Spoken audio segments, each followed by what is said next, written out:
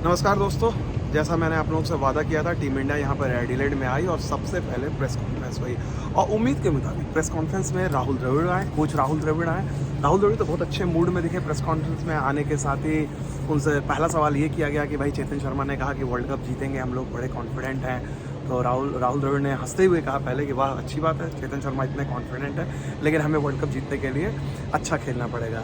तो शुरुआत हंसी से हुई, ठहाके लगे, लेकिन उसके बाद गंभीर सवाल आप लोग भी जानने लगातार आप लोग यूट्यूब चैनल पे हमसे पूछ रहे हैं। के एल राहुल और दिनेश कार्तिक, इनको लेकर बहुत सवाल हो रहे हैं। तो मैंने भी राहुल द्रविड़ से आप लोगों के बिहाफ पे यही सवाल पूछा था। मैंने पूछा कि राहुल भाई आप बताइए कि भाई आपके लिए कितना डिफिकल्ट है, आपके लिए और रोहित शर्मा के लिए, कि के राहुल को बैक करना, क्योंकि राहुल से रन नहीं बने हैं पिछले 3 मैचेस में, डीके के साथ भी है।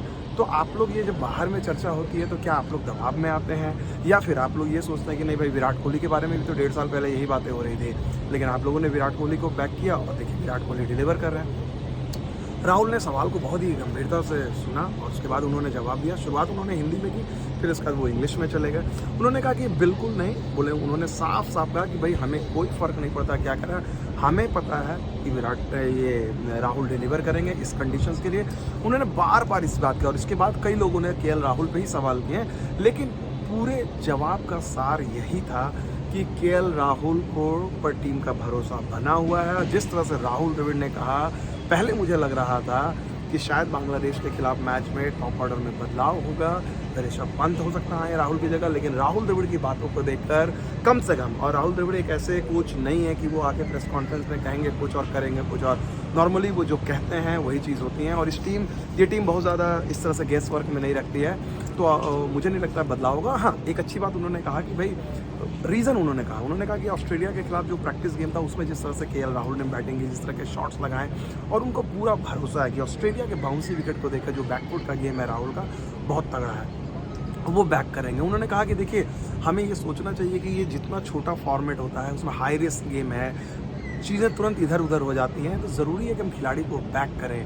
तो उन्होंने बोला टीम ज़रा भी परेशान नहीं है। राहुल के बाद सवाल डीके पे मैंने भी पूछा था, बाकी लोगों ने भी पूछा डीके को लेकर, तो उन्होंने कहा कि डीके को लेकर भी उन्हें किसी भी तरह की चीज़ नहीं है लोगों, और ये बात मैं पहले भी कह रहा था, सब लोगों को कह रहा था, सबको समझना होगा कि डीके जिस पोजीशन पे बैटिंग करते हैं बहुत ज़्यादा वो गेंदें नहीं खेलते हैं, और बहुत ज़्यादा अगर वो गेंदें नहीं खेलते हैं, जब भी आते हैं तो हाई रिस्क शॉट खेलना पड़ता है। और राहुल द्रविड़ ने यही कहा कि हमें पता है कि डीके जिस तरह से, उन्होंने कहा कि उनकी पार्टनरशिप सूर्य कुमार यादव के साथ पिछले मैच में बहुत अच्छी रही, लेकिन वो क्रिटिकल टाइम में आउट हो गए, लेकिन ऐसा होगा, उन्हें भरोसा है कि कम से कम वैसे लम्हों में वो स्कोर करे जब टीम को ज़रूरत होगी, यानी सेमीफाइनल, फाइनल, निर्णायक लम्हों में।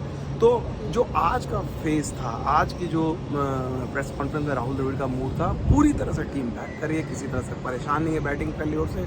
हाँ, एक और चीज़ उन्होंने कहा कि भाई देखिए ये बड़ी दिलचस्प चीज़ है, ऑस्ट्रेलिया में जब आप वर्ल्ड कप खेलते हो तो ये अपने आप में बड़ा चैलेंजिंग है, क्योंकि हर ग्राउंड का डायमेंशन अलग है। अब जैसे ये मसलन एडिलेड में भी आप देख रहे हैं हमारे पीछे, इसके डायमेंशन अलग है, ये छोटा ग्राउंड है, तो यहाँ पर फ्लैट विकेट मिले। उन्होंने कहा कि अगर फ्लैट विकेट मिलेगा तो हम पहली गेंद से जाएंगे। बोला कि इन्होंने हर मैच में ज़रूरी नहीं है कि आपको 200 रन बने, 180 बने। उन्होंने कहा कि साउथ अफ्रीका वाले गेम में शायद 10 रन और होते, बोले कि उन्होंने कहा कि जो कि 140 भी लगभग काफ़ी था।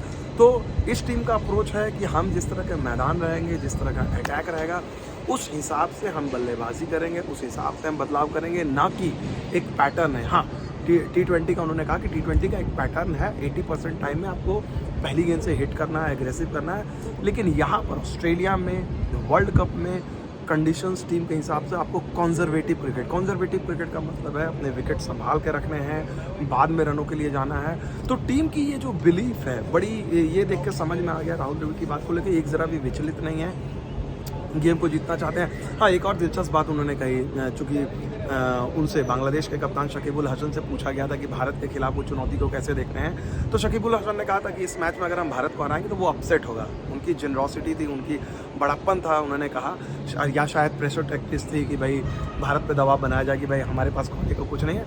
तो राहुल द्रविड़ ने उसका भी बड़ी शालीनता से जवाब दिया। राहुल द्रविड़ ने कहा कि ये फॉर्मेट ऐसा है कि हम किसी भी टीम को हल्के में नहीं लेते हैं, चाहे कोई भी, और हमने इनफ मैचेस देख लिए हैं, हमने आयरलैंड के मैचेस, जिम्बाब्वे के मैचेस, इनफ मैचेस देखे, कोई भी टीम किसी को हरा सकती है।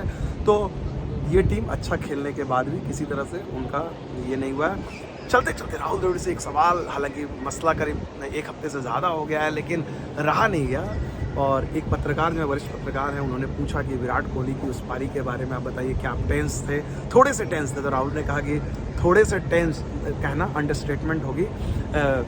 उन्होंने कहा कि मैं तब तक टेंस नहीं था जब तक मुझे लग रहा था कि 5 ओवर में 60 रन 12 रन प्रति ओवर, और लग रहा था, बोले उन्होंने ईमानदारी से माना कि मोस्ट ऑफ द टाइम उस मैच में हम लोग थे नहीं।